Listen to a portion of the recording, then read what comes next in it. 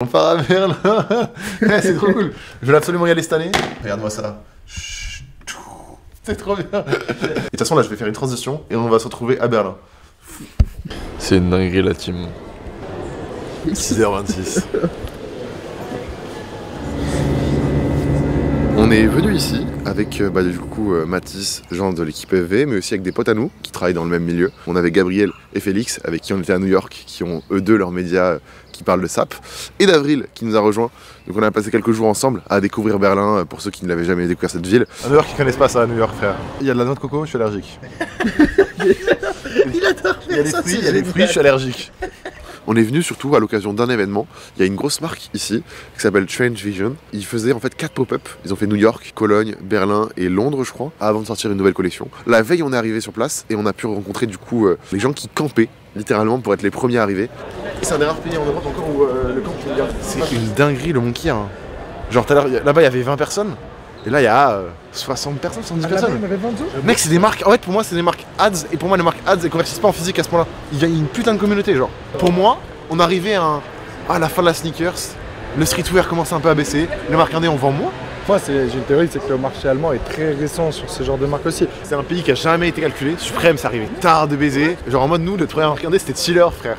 Ouais, la maturité de création était très faible, et là ils arrivent à un niveau où t'as des trucs comme Elioba qui sont super concrets, qui permettent de créer des beaux vêtements, et ils ont tout de suite eu peut-être un truc cool. Ils ont peut-être peu eu la phase d'avant. La phase semi-merch, pas vraiment marque et tout, ouais, c'est vrai. On a pu discuter un peu avec les kids, et c'était trop intéressant de voir pourquoi ils étaient là, qu'est-ce qu'ils kiffaient.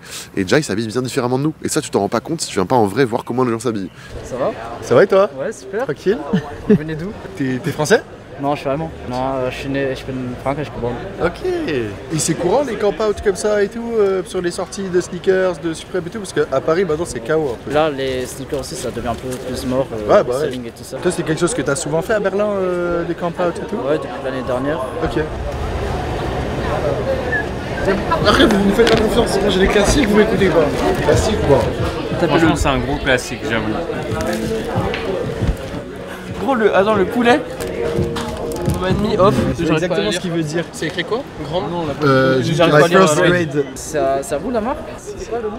On a fait ça. Ouais, ça j'ai vu, ça j'ai vu. C'est vrai? Voilà. Il y avait 200 personnes, il était minuit la veille, et c'était vraiment impressionnant à voir parce que c'est des trucs qu'on voit plus du tout à Paris. Il y a des appels ou pas? Une liste? Ouais, il y a des appels. Vous êtes encore là et tout. Tous les 3 heures maintenant. Il y a la liste, tous les 3 heures, il vérifie si tout le monde est là. T'as un mec qui se met là et qui va, je pense, donner tous les noms, genre numéro 1, Maxime, numéro 2, Mathis. Si t'es pas là, c'est pas présent, il raye ton nom et t'es plus dans la liste. La place elle est libre du coup ou pas? Ouais. Ouais. Et qui organise ça? La marque ou les premiers? Les premiers plutôt. Du coup, il n'y a pas beaucoup de ça à Paris parce que c'est jamais respecté. Dispersez-vous s'il vous plaît. Non, ça sert à rien, ça sert à rien. C'est un peu la guerre, tu vois. Genre ils fument, ils parlent super fort, il y a des Ils mettent de la qui musique. viennent.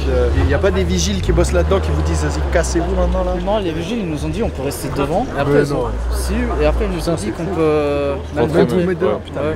Trop bienveillant. Ouais, c'est plutôt des gens de 14 à 18 ans. Je pense que ça commence vers 12 ans où tu t'intéresses ici en Allemagne. Il faut se déplacer, rencontrer les gens, discuter avec eux pour comprendre quel est leur monde, quelle est leur culture. On a été invité par le créateur de la marque à une soirée et aussi à venir au pop-up sans faire la queue. Merci beaucoup. Yeah. Et c'est marrant, c'est les mêmes têtes qu'hier quoi. En fait, moi ce qui me choque, c'est vraiment le truc de pad, ça déborde pas, c'est carré. What's up man? I'm Sue. What's up guys? Welcome. This is the last location from our pop-up tour, and we built all the items and all the artworks from, we recycled them over there. Maybe one of the coolest pieces we made was with defect jackets. Okay. Hast du Donut? Yeah. You guys want some? C'était pas comment les lits d'épaule elles tombent de baiser, c'est fou. Ça c'est cool. Bah, c'est un haut de star en fait. C'est Kanye qui sort le dimanche en mode no pictures please. Il n'y a pas un truc qui a été une imprimante dans tout le boutique. Toute la boutique. Il n'y a pas un graphic tee, il n'y a pas un hoodie print, il n'y a que des tout petits éléments de broderie, de branding, des petits boutons. Même pas des de petits sérigraphie, trucs. en fait. Ouais. Mais du coup c'est là où on va hésiter avec une coupe qu'ils ont que chez nous. Donc on exagère sa mère, tu vois. Oui, c'est leur seul point de différenciation du coup. C'est là où ils se rendent ovni. C'est pas qu'un prix une balle coculus. Ouais, exactement. La scéno, tu notes comment toi? Cool. Parce qu'ils en ont pas fait qu'une, ils en ont fait 4. Dans chaque pop-up, c'est une scéno différente. Et leur truc de sculpture là, c'est juste un buste avec des jeans appliqués dessus avec des chaînes, mais ça marche en vrai, tu vois, c'est malin, c'est... Ils ont mis comme appliqué un peu leur logo sur les poches. Même là, c'est cool ça. Ici, là. J'aime bien. Je pense que les gens ils se sentent respectés quand ils viennent ici. Par rapport à l'expérience que t'as, par rapport à la bouffe, la musique, les gens, le temps. On te presse pas, c'est grand, c'est large. Et t'avais les vêtements offerts pour les premiers, donc Moi le design ça me parle pas, je trouve ça trop marqué dans une époque, mais par contre la confection elle est vraiment bonne. C'est pas trop Pinterest non plus. Ça rentre dans une esthétique qui marche et qui a fait ses preuves, mais les takes sont quand même intéressants et tout. Nous, depuis quelques mois, même depuis que le Jean est là depuis le début, on se force à ne pas utiliser Pinterest ou des trucs similaires pour créer des vêtements. Des fois, on va utiliser pour trouver des illustrations, pour par exemple montrer une matière, montrer une couture, montrer un empattement, enfin montrer des détails techniques, mais pour tout ce qui va être trouver de l'inspiration créative, on a arrêté d'utiliser Pinterest parce que si tu manges la même chose que tes voisins, tu vas recracher la même chose. C'est pour ça que je mets autant d'importance au fait de voyager avec l'équipe, que j'essaye de nous transporter dans des aventures. Des fois ça va être sur des lieux de shoot, on est obligé de se déplacer, mais des fois c'est aussi quelques jours comme ça, parce que ce sont ça les moments clés qui vont vraiment stimuler tout ce qui va être création chez nous.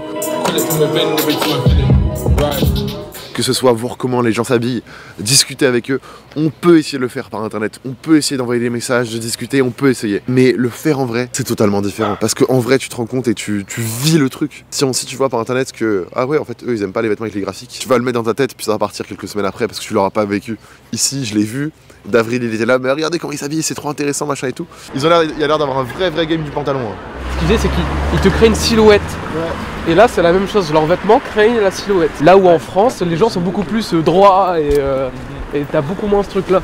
S'il y a bien un truc que je vais me rappeler de ce séjour, c'est qu'en gros ici, ils n'ont pas le mot marque indépendante. TikTok. TikTok, je sais pas, il n'y a pas vraiment de nom. Il n'y a qu'en France, on a un mot qui nous emprisonne dans le fait d'être une marque indépendante. Ce qui ne veut d'ailleurs rien dire. La plupart des gens, comme moi, on a compris que c'était le mot qui nous identifiait tous. Ça nous emprisonne vraiment dans un mot. On leur a demandé, à la limite, ils ont TikTok brand, mais ils l'utilisent pas tellement. Eux, c'est juste marque. C'est vrai au final, pourquoi pas dire juste qu'on est des marques? Mais sinon, il y a aussi Weekday.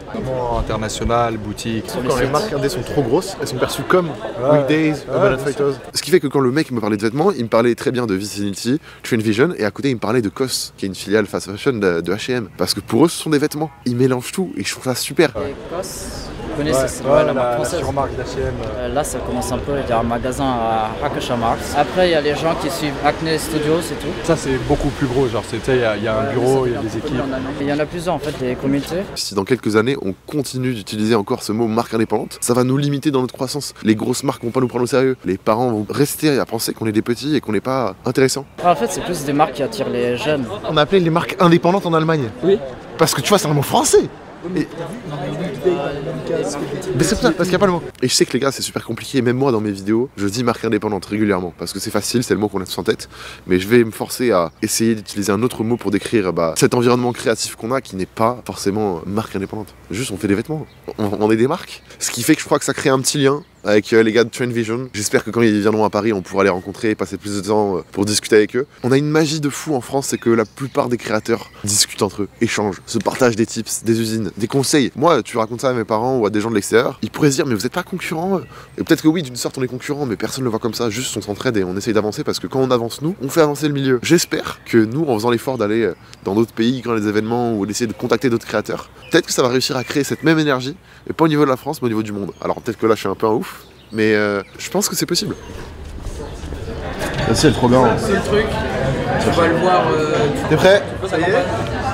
C'est bon, c'est en ligne. Oh, ça pète. Dans le feed, c'est incroyable. Première, deuxième, troisième. Les gens demandent le prix. Allez. Ok. La propagande, elle commence maintenant. Mec, c'est le retour de terme, frère. Je suis content d'avoir enfin libéré le paquet, là. Et je parle pas de chier, hein. C'est trop cool. En fait, l'énergie que t'as quand tu passes un drop, c'est... Enfin, moi j'aime bien. Je serre la main à Tom aussi. Je ferai une modélisation de 3D de Tom. Traqué, bien sûr.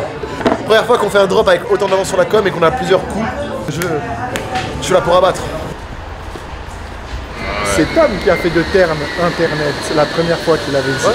Il avait acheté le hat avant de créer la marque. C'est ça. Pour moi, tu avais acheté le arrobase en ayant conscience que c'était pour internet. Non, j'ai acheté un arrobase parce qu'il avait 4 lettres prononçables, c'est tout. C'est un soir, on n'a pas de bureau donc je passe chez moi, donc je travaille encore beaucoup le soir. Je veux la DA un peu cyber Y2K. Et donc j'envoie tout à Tom dans la conf, lui il dort. Le matin il se réveille, il fait ah c'est trop bien en plus parce que dans internet il y a Tern. Et là je suis en mode ah ouais, le lendemain je sais le nom de domaine et tout ça. On aurait pu penser que c'était une contrainte dès le début, on voulait qu'il soit intégré avec internet. Non, c'est ouais. Et c'est encore plus magique du coup. Et on est parti du don, c'est trop bizarre pour créer la marque, tu vois ce que je veux dire? Soupa, une double choco, muffin. Wesh Max, merci, on vient de voir ta commande. Bon, en vrai c'est trop drôle. Il habite où? À Schmitz. Il a commandé un short, un texti long sleeve et un texti normal.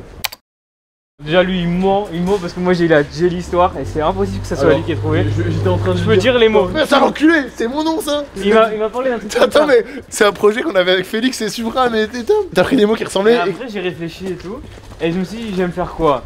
Je faisais du tennis et tout pendant longtemps. J'ai dit je vais prendre 10 de tennis et all. Je voulais faire par rapport au comme c'était du vêtement, je voulais faire un truc comme all de vêtements genre. Sauf que je l'ai mal écrit vu que je suis un golemon et ça fait all genre all d'immeuble au lieu de all H.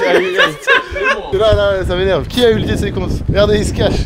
Qui a dit à Félix, tu devrais essayer de faire ça? Qui après l'a dit à Gabriel. Voilà. Vas-y, redis-le devant la caméra. C'était l'idée de Slum.